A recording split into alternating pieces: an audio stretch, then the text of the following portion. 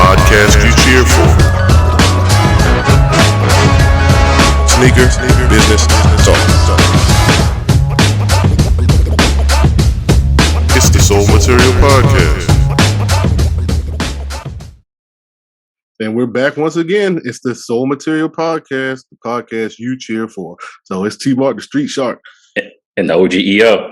All right, and we're here for another episode of Sneaker Business Talk, where we give you that clarity over popularity. So this episode is just dedicated to the new scoring champ, scoring king of the NBA, all-time scoring champ.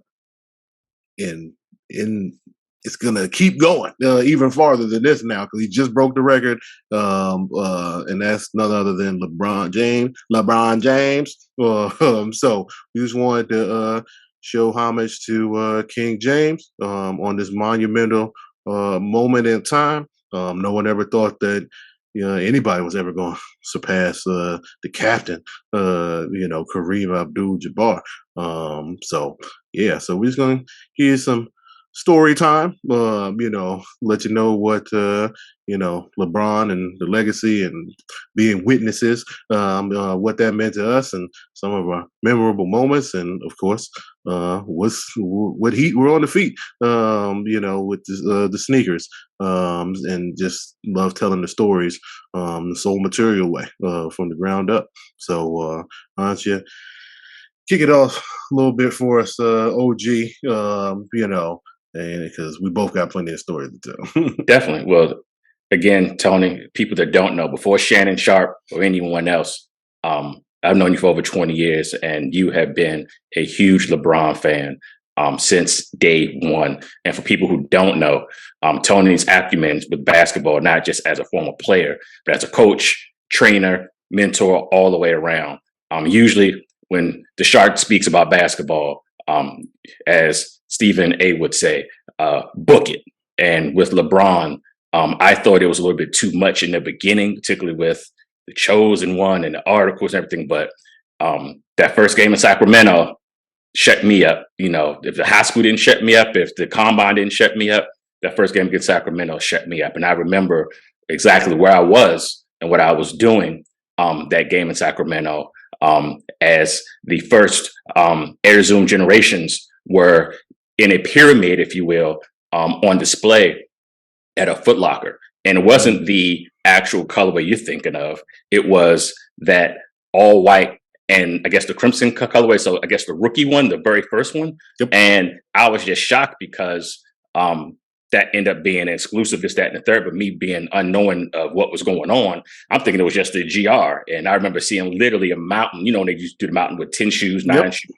A mountain, and it was almost like they had a King James like display, and that was their way of doing it. And I vividly remember that. And then that night, going to Fridays, we went to go watch the game at Fridays, me and a few college buddies, and everybody was saying like, "Told you so, told you so, told you so." And before the first half, that's what it was. But again, man, just the kicks, 20 years worth of kicks.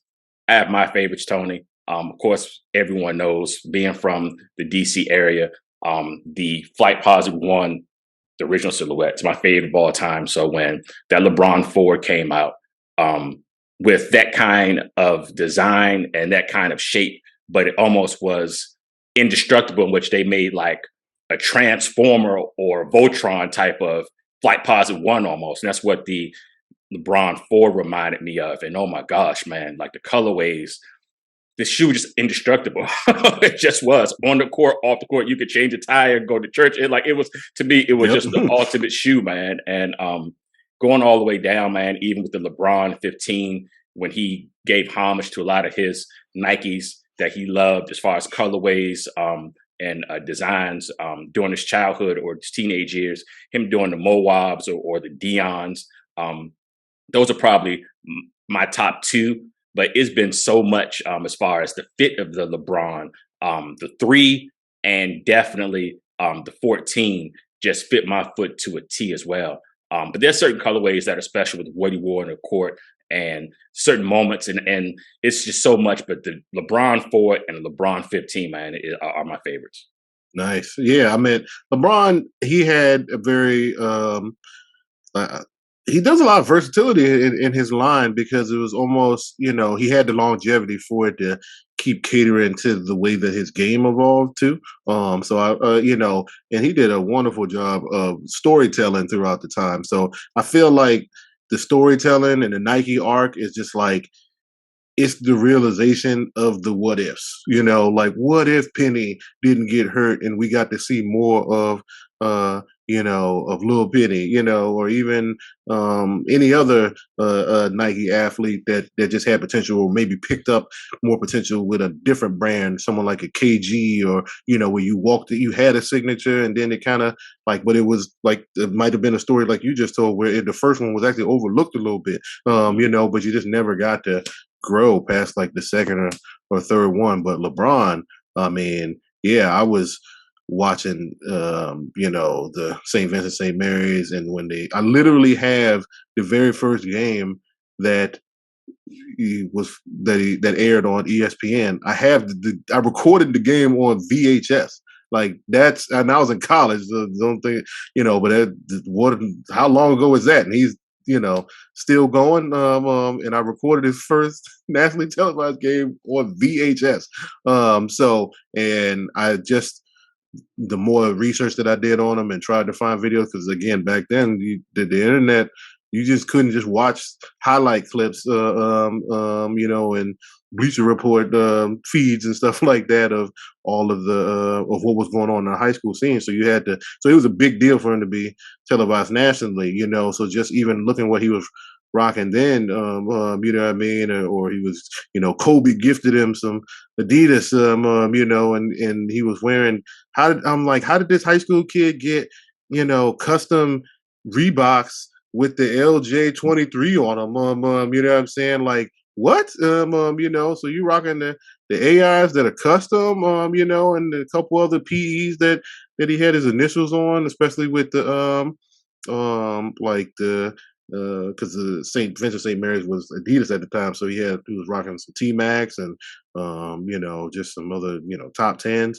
So those so I just think about the origin. It's I'm always gonna be a have an affinity for everyone's first shoe. I'm that type of collector. Like I always have to have your first shoe no matter what. So Zoom generation. I just remember being the only person rocking the Timberland colorway, and people was like almost trying to clown me, especially when I was in college, like on some was there was like boot basketball shoes, and then that was the year LeBron. He should have been in the All-Star game, but he wasn't. He was a rookie, so you only saw him in the rookie game with them Jones on. You know what I mean? And like that's one of my favorite shoes, like all time. Is that colorway of the Air Zoom generation, and I just remember how people just did not take to that shoe, and they were just sitting around going on sale. So I was like, hey, clean them up. But yeah, just going through the line. Love the threes. That was just a hard shoe because it was so. I could tell he had like this blocky heel or something because it would just rub the back of my heel, and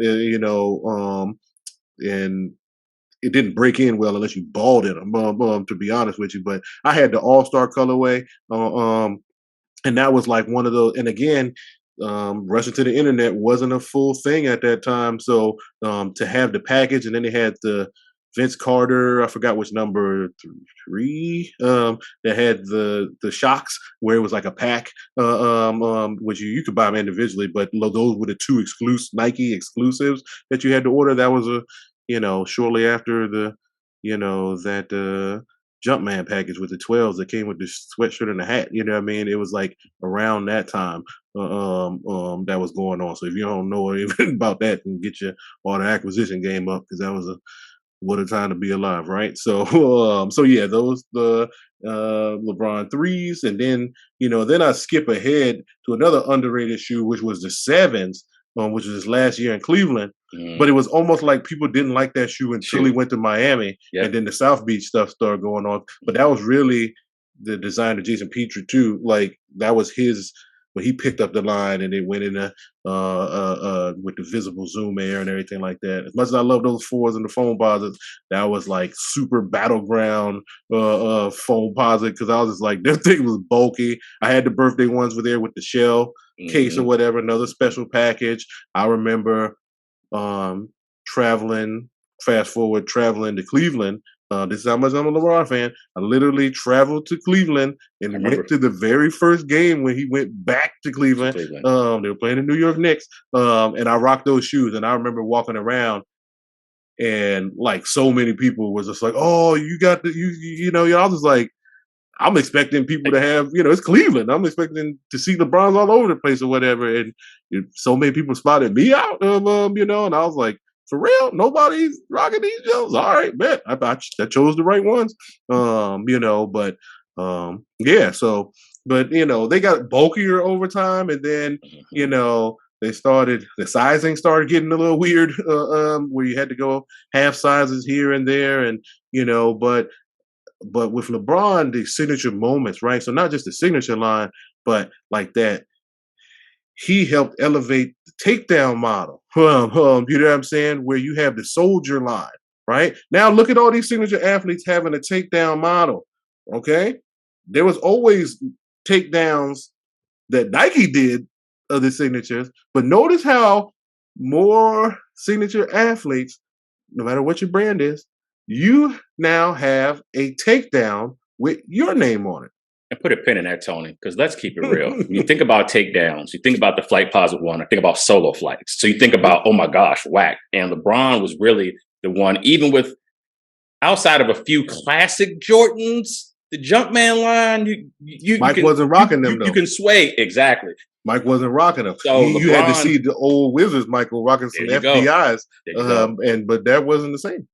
So LeBron was the first one that made the takedown model really a thing of its own, to where it wasn't whack, if you will. And then KD and everyone else kind of followed. So he gave it its identity, right? You go. He made it, oh, this is the playoff shoe. Remember the first ones with the two straps? The 25 and 5, those are one of my favorites because they go after, because that was also modeled after, what is his rookie year, especially Summer League. What is it, the 2K3, Zoom 2K3? Like, so that just add strap to that, and that's the 25 and 5. I love that shoe. And then I ended up beating that shoe up after balling them. That was so comfortable. I wish they brought those back. The 25 and 5. And then you get into the soldier lines, and then you get into the signature moments where he scores however many points in a row against the Pistons, and then puts everybody on his back. And then you have these defining moments, and you take the team to the finals in the Soldiers, and then later on you run into a young Steph Curry, and then all of a sudden his new Under Armour shoe, and they start to actually do some of the same stuff, and now they have a playoff shoe. It's called the Dub Zero, and then now you got like two athletes' signature moments in their takedowns, but their takedown gets you the chips, and the real moments and the real playoff moments. So we've told you about that on the Soul Material podcast. That's why it's clarity over popularity over here, because we always want to highlight that without the signature moment, the signature shoe doesn't happen. Understood. Tony, is there anything, because you mentioned sizing a few minutes ago, is there any particular model that you loved, but the sizing just didn't work out for you? For me, I could tell you, I loved the LeBron 17, particularly when he did the infrared 6, I guess, homage. And gosh, it was like I had to go up to almost a 12, and then it was too long, but my 11 was too tight on my foot, and I did everything possible outside of really dogging him and balling him. And as much as I loved that shoe, it just didn't love my foot. It was, first of all, the 8s. So, and because the 8s had 3 versions before you even got to the Soldiers. First of all, they had the V1, 2, and 3. Okay. 2 with the mesh, that fit perfectly. It's the first version with the leather. So I never could participate in the South Beach because it's not, that has to be a half size for me. So 12 and a half instead of 12. Like I got the 8s that just, they've retroed. I got the Space Jam 8s, the Bugs Bunny one. Yeah, I had to get the 12 and a half. And then the next shoe after that, right after that, because that was the beginning of those half sizes. And then 9s. The 9s had plenty of color. It's still a quirky shoe, but Shark can pull it off. But it's just that wacky size. You learned that lesson because I think we had an exchange on Christmas LeBron nines, and then I had to end up getting rid of the shoe because I was just like, yo, the half size makes that much of a difference. It's almost like because that's when they started having like the more hyperfuse on top of it, and then it's almost like the toe box is already like pre-made to be, you know, like right on top of your forefoot. You know what I mean? Wow. What And year was that, Tony? so Wow. that's why it's tough. You know what I mean? But Shout out to Greenbrier Mall in Atlanta, man. That was what, yep, it was an ATL purchase. 2010? Yes, indeed. 2011? Oh, time flies, man. Just Yeah, 10, geez 11. Louise. And that Well, was foot action. Greenbrier Mall walked out with your size. yep. Yeah, I remember. I Those actually, and the KDs, correct? It uh, was two shoes. Or what were the yeah, two with the two LeBrons? yeah. No, I remember it. It was LeBron's, and no, it wasn't you. It was somebody else that got me something in Atlanta. It was the Kobe's.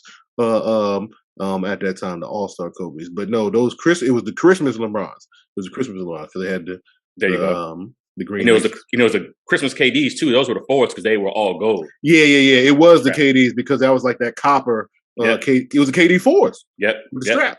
Yep. Like again, look how beloved those KDs. I know we're talking about LeBron, but just those were beloved. And you just I'm just highlighting what you just said. You just walk in the store, you went and got them just while you was on family vacation or whatever. So Yep. that's again, good luck with that experience now. You know what I mean? So, but yeah, and then LeBron just adding versatility, right? Because I think we took the Elite series for granted now. Where they had the Elite versions for LeBron, Kobe, and KD. That price So that was point just though, Tony. another Ooh. one, crazy price points because it had the everything, all this Kevlar, shoelaces. Who need bulletproof suit shoelaces? And then they got the extra carbon fiber shanks all over the place. You know what I'm saying? And It's funny because I saw you so many take UPS it for drivers granted wearing the though. taxis. I saw so many UPS drivers wearing the taxis. Like, I don't know if that was like an official shoe in the DMV for Yeah, because UPS that drivers. LeBron 9 Elite, because it was funny how like that we had a South Beach version too, but it still wasn't the original South Beach, but they were still going with it. But then he won a chip, so he won a championship in two elite shoes. The 9 and the 10 were elite because we fell short in the with the eights, and then nines. You go into lockout year, and then you know the bang, all stars, with the orange, so yeah. And then later on, I just again everything matured. It fit. It got a little bulky, so I kind of left some of the ladder alone. But he's coming back with a vengeance. Sleek, you are. Everyone, go back and listen to that family business consortium episode, and then where we talked about the LeBron 20 in particular, and some of the strategies and where it's going for the future. And I actually just got the LeBron Next as well, like the Mm, FaZe Clan hmm. ones that Bronny is rocking for the gamers. Wow. I, I might think that that's better than the 20 itself because I didn't Hmm. realize it until I got it in my hand, and then I started looking at the details. That shoe actually came with extra laces and they're green. I didn't even know that. And I was like, people about to sleep on this next model that's coming out parallel. I actually don't have but so much information to share with our audience on where the trajectory of this next series is going. So I think that's some research I had to do as a shark to make sure we stay on that track. Because again, I've been clocking Braun from beginning to end, and now we're about to see Bronny and Bryce around the corner. New generation So and new generation. yeah, shout out to Bronny, McDonald's All American. So And that's crazy, Tony. So when you think about it, they have the opportunity to have this line go another 20 years. because again, we talked about it before, previous episodes with the social media impact, so forth. We've known this family and these now young men since they were born. And it's just incredible to see to myself, wow, like how special is it for LeBron to say, I'm going to do whatever I can do health wise with my body to make sure that I'm in this league when my son is here, and them rocking either the same shoe or their own versions of the shoe. He gets to guard his son in the league. I mean, Yeah. it's just it's Well, wonderful, man. I think that's a good way to, you know, get to the end of our story that we're telling here, because that's actually how the final moments to wrap up the scoring title off. Where we've seen the images and some of the video now of LeBron in the locker room with the ice bath, but who's right next to him? Both of his sons. And what are they doing? Watching the video that they recorded, and just talking. He's like, "You next? You gonna be 2 or 3?" But look at their faces. They're like, that's a long time, you know what I'm saying? And but you see the pride that they carry with the James name, and I truly believe that they'll both make it to the league and have.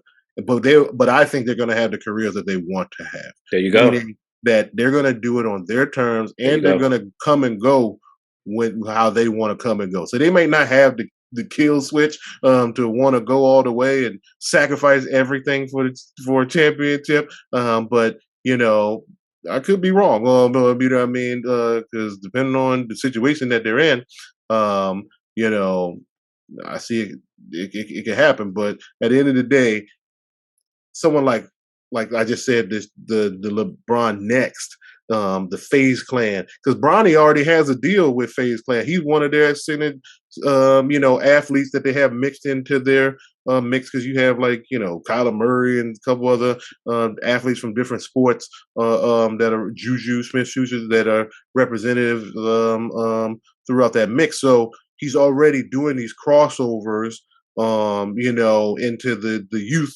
communities, where you have your own brand inside of it, that'll keep it alive. So you can go to these other communities, and you can go into the metaverse and go all Nike next and whatever, brownies, whatever. He already got an NIL deal just from Hmm. Nike already. There you go. You know what I mean? So sky's the limit. We already seen them in the commercials, and yeah, I just want to see them expand. And like, what's Zuri gonna be? What's the girl? You know what I'm saying?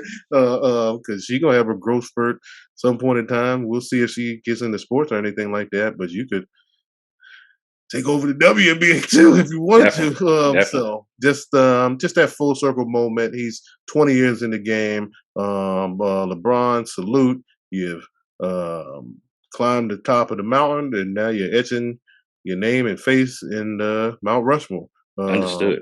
So And really quick, I'm gonna put you on the spot right now, live in the living color.